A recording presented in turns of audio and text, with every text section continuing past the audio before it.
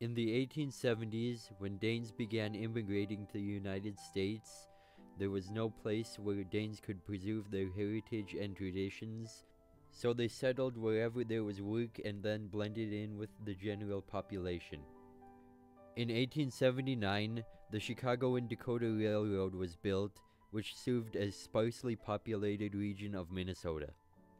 With the help of this railroad, a Danish community was established in southwestern Minnesota.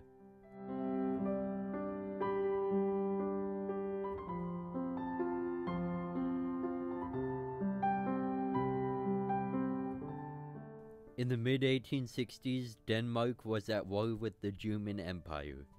The result of this war was a reduction of Denmark's land on Jutland Peninsula, the mainland portion of Denmark. The new government in southern Jutland was discriminatory and imposed laws regulating Danish land ownership and requiring German to be spoken in schools. Some Danes living in this area decided to leave because of these new laws. My ancestors, the Wogensons, came to America during this time. The Wogensons were from a small village called Hyrup in the southwestern part of Jutland Peninsula, an area where the Germans had taken over. When they heard that American soil was richer in nutrients than the land that they owned in Denmark, they dreamed of owning land on the countryside and farming. The family settled in Clinton, Iowa. In Clinton, the family found jobs at the local furniture factory and the railroad. They were doing well, but the family had grown accustomed to farming, which is what Nis the First had done for a living in Denmark. 2 years later, a Danish colony was established in southern Minnesota. This colony would help the Wogensons achieve their dream of farming in America.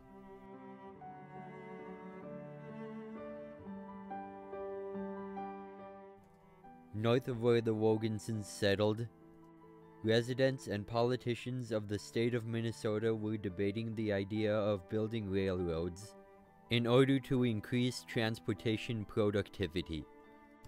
The main problem was that transportation in Minnesota relied on waterways. The lack of waterways in between the Red River, the Mississippi River, and Lake Superior meant that some areas of the state could not get goods very quickly. One of the resulting railroads, the Chicago and Dakota Railroad, was built with the hope of connecting the Mississippi River with the Missouri River.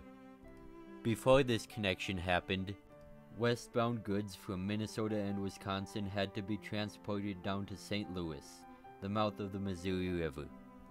In 1879, the Chicago and Dakota Railroad was built through Lincoln County, Minnesota. While it bypassed the few sparse communities that were established beforehand, it created new communities along its route. One of these communities was named Tyler. In 1881, the Chicago and Dakota Railroad Company was bought out by the Chicago and Northwestern Railroad.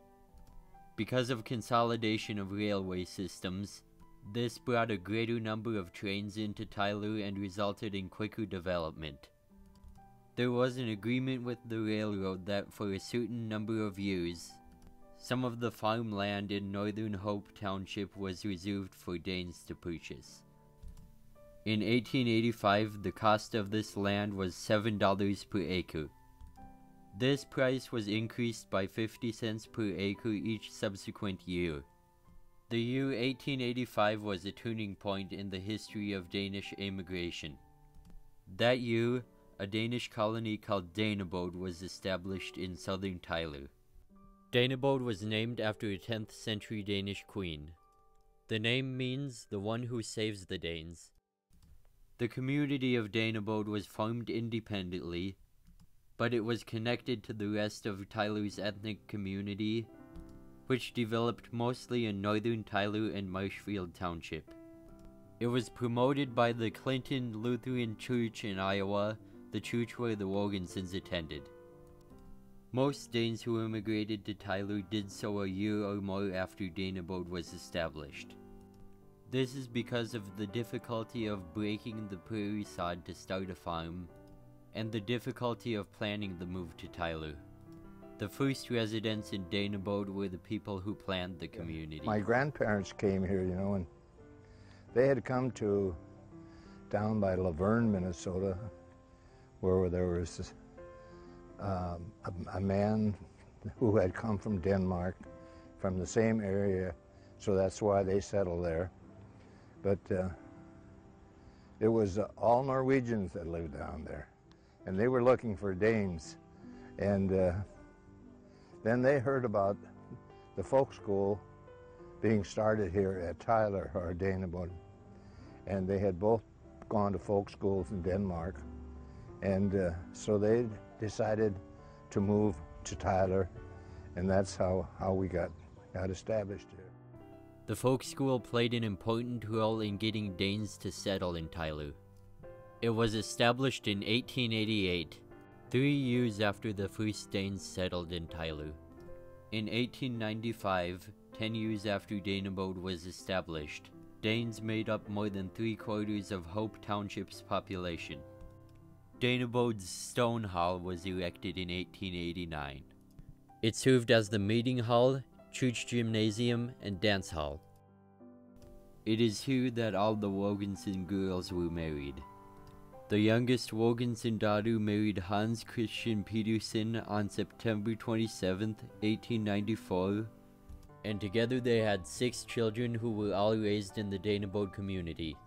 Eventually, 3 of the Wogensen children started their own family farms in the Tyler area, and as the community continued to grow, Danabode Church was dedicated on June 16, 1895.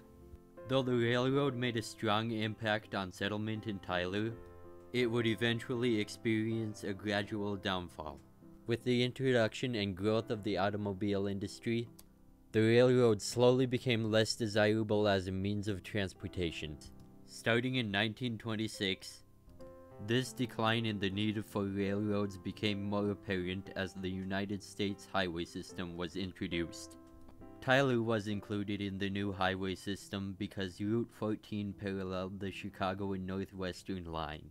The railroad line through Tyler remained in regular use until the 1960s, as bulk transport still relied heavily on the railroad for oil and grain.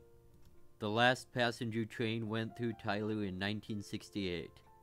In 1986, the line was sold to a new company called the Dakota, Minnesota, and Eastern Railroad. The company was formed with the hope of decreasing the costs of local transportation of oil and yields, so new rails which could handle heavier loads at higher speeds were welded in place of the old ones.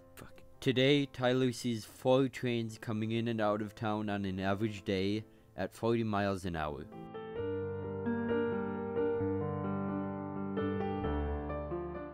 Anna Wogensen and Hans Pedersen's son, Leo, my great-grandfather, took over the family farm and raised his family in the Danabode community, which continued to prosper. My grandfather, Curtis Pedersen, was baptized, raised, and confirmed in the Danabode Church. Through the years, the people of Tyler fought assimilation to maintain their Danish heritage and cultural traditions. Thanks to a turning point in 1885 that brought the railroads to Tyler, to this day, the Danish community continues to celebrate their Danish heritage with annual events like Aebleskiver Days, the Danabode Christmas Festival, and summer Danabode family camps, which take place in the original Danabode buildings.